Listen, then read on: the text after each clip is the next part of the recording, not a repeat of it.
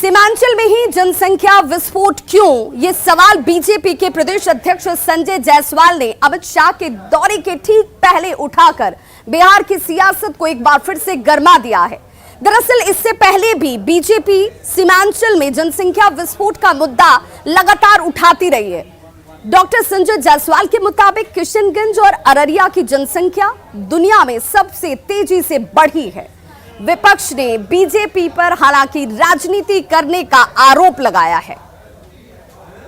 शाह जी के दौरा से मतलब नहीं है, लेकिन वहां जब गए प्रदेश अध्यक्ष जी तो वहां पत्रकारों के जवाब में ये बात आई कि दुनिया का डेंसेस्ट पॉपुलेशन में से एक भारत है और भारत के डेंसेस्ट पॉपुलेशन में से पूर्णिया प्रमंडल है। तो जब इतनी बड़ी आबादी होगी तो इसके लिए तो जनसंख्या कानून बनाना ही पड़ेगा। नियंत्रण का जो दर है वो ऐसे भी गिरता हुआ है। भारतीय जनता पार्टी लगातार गाहे बेगाहे जब हद पीटती है तो जनसंख्या नियंत्रण की राग छिड़ती है। किशनगंज के इलाके को टारगेट करती है बिहार के अंदर में। किसी धर्म विशेष और जाति विशेष पर हमला एक बर्दाश्त नहीं किया जा सकता है। जनता पार्टी ने केंद्रीय गृह मंत्री अमित शाह के बिहार के किशनगंज और पूर्णिया में जो दौरा होना है उस दौरा को सफल बनाने के लिए तरह तरह के बयान दे रहे हैं। सत्ता जाने के बाद अब उनके लिए चुनौती है गृह मंत्री अमित शाह के दौरा को सफल बनाना, इसलिए जनसंख्या नियंत्रण कानून की बात कर रहे हैं। और अब बात डिप्टी सीएम और स्वास्थ्य मंत्री तेजस्वी यादव की। जी हां, तेजस्वी यादव ने दिन रात पीएमसीएच का औचक निरीक्षण किया।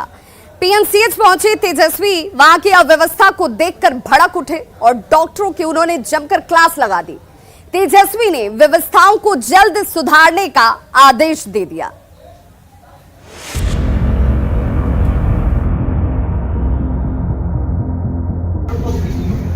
आप लोग को नहीं करना, हमको करना। बिहार में नई सरकार बनने और स्वास्थ्य विभाग की कमान संभालते ही तेजस्वी यादव एक्शन मूड में आ गए। स्याह रात में जब पटना के लोग सो रहे थे तब तेजस्वी पहुंच गए पीएमसीएच। एक एक डिपार्टमेंट्स को देखा और अव्यवस्था को देखकर भड़क उठे। इस दौरान तेजस्वी ने डॉक्टरों की जमकर क्लास भी लगाई। डॉक्टर कौन है?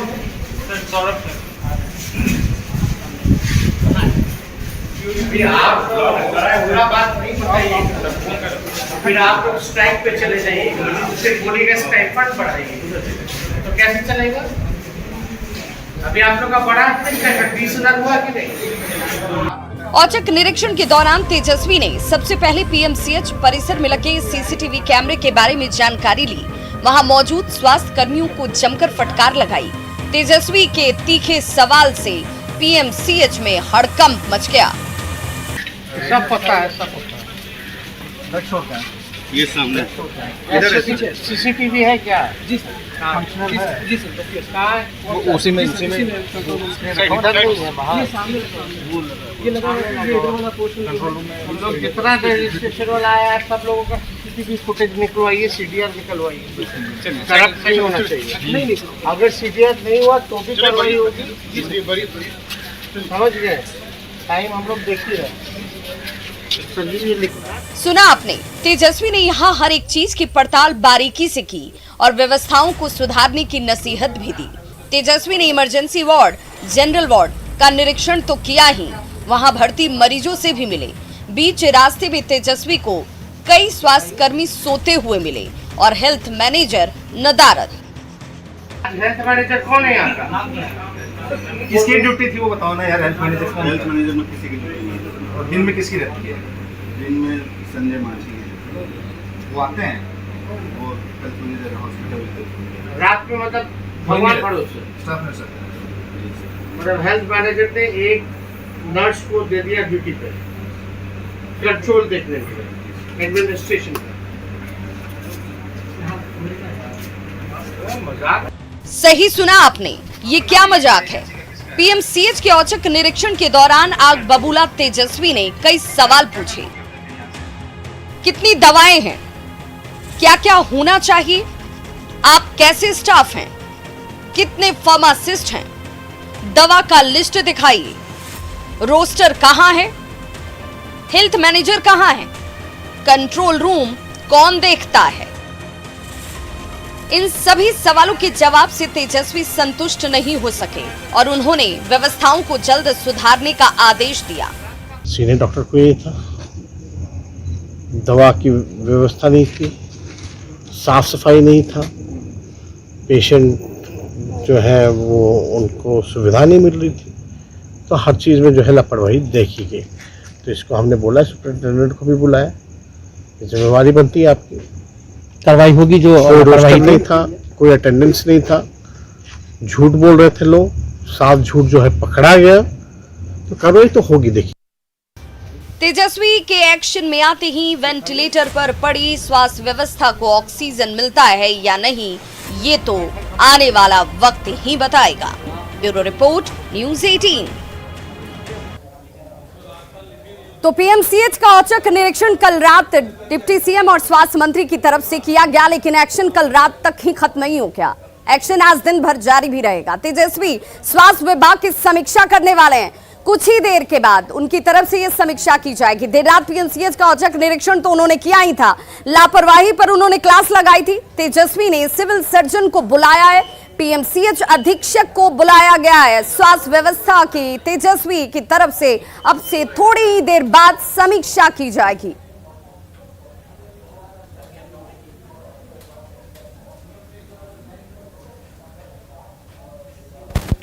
और अब बात नीतीश के मिशन 2024 की।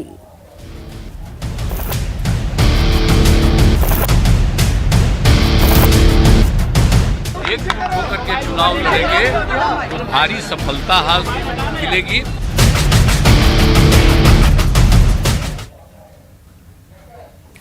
तो नीतीश कुमार के दिल्ली दौरे का आज आखिरी दिन है। आज राष्ट्रपति और उपराष्ट्रपति से उनकी मुलाकात होने वाली है। शरद पवार से भी वो मुलाकात करते हुए आज नजर आएंगे।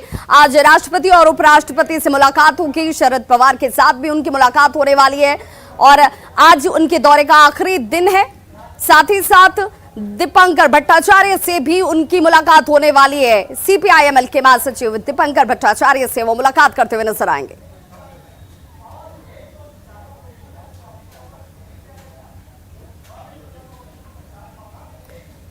मिशन 2024 को लेकर सीएम नीतीश कुमार नेताओं से लगातार मुलाकात कर रहे हैं। तो आइए बताते हैं आपको कि इन मुलाकातों के आखिर मायने क्या हैं और विपक्ष का इस पर क्या कहना है। सोमवार को सबसे पहले दिल्ली में राहुल गांधी से मुलाकात। सोमवार को ही कर्नाटक के पूर्व सीएम कुमारस्वामी से मुलाकात। मंगलवार को सीपीएम महासचिव सीताराम येचूरी से मुलाकात। सीपीआई नेता डी राजा से मुलाकात। दिल्ली के मुख्यमंत्री अरविंद केजरीवाल से मुलाकात। हरियाणा के पूर्व सीएम ओम प्रकाश चौटाला से मुलाकात।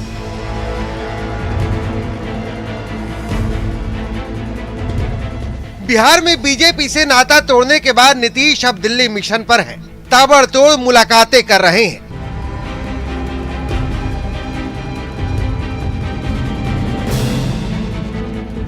नीतीश कहते हैं कि पीएम पद का दावा नहीं है, पीएम पद के बारे में सोचते भी नहीं है, लेकिन प्रबल इच्छा है कि विपक्ष एकजुट हो, क्योंकि इसी में नीतीश की सियासत की आकांक्षा भी समाहित है। लोगों का हमारा कोई दावा नहीं, हमारी इच्छा यही है कि सब एक हो। क्या बीजेपी के लिए अपना जो बातचीत करना नहीं, लेकिन एकजुट होकर आपका नाम प्रस्ताव में अगर आगे आया तो आप रिस्पॉन्सिबिलिटी लेंगे आप आगे कर लो। ये पहली बार नहीं है जब नीतीश कुमार महागठबंधन बनाने के लिए पसीना बहा रहे हैं। 2015 में भी उन्होंने कोशिश की थी, लेकिन तब वे सफल नहीं हो सके थे।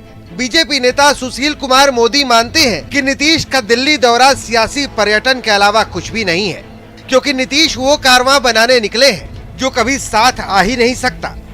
घूमेंगे क्या फर्क पड़ता है? क्या राहुल गांधी को अरविंद केजरीवाल स्वीकार करेंगे? क्या राहुल गांधी को ममता बनर्जी स्वीकार करेंगी? क्या केसीआर स्वीकार करेंगे? दिल्ली में आम आदमी पार्टी का मुकाबला किससे है? पंजाब में किससे है? कांग्रेस के साथ।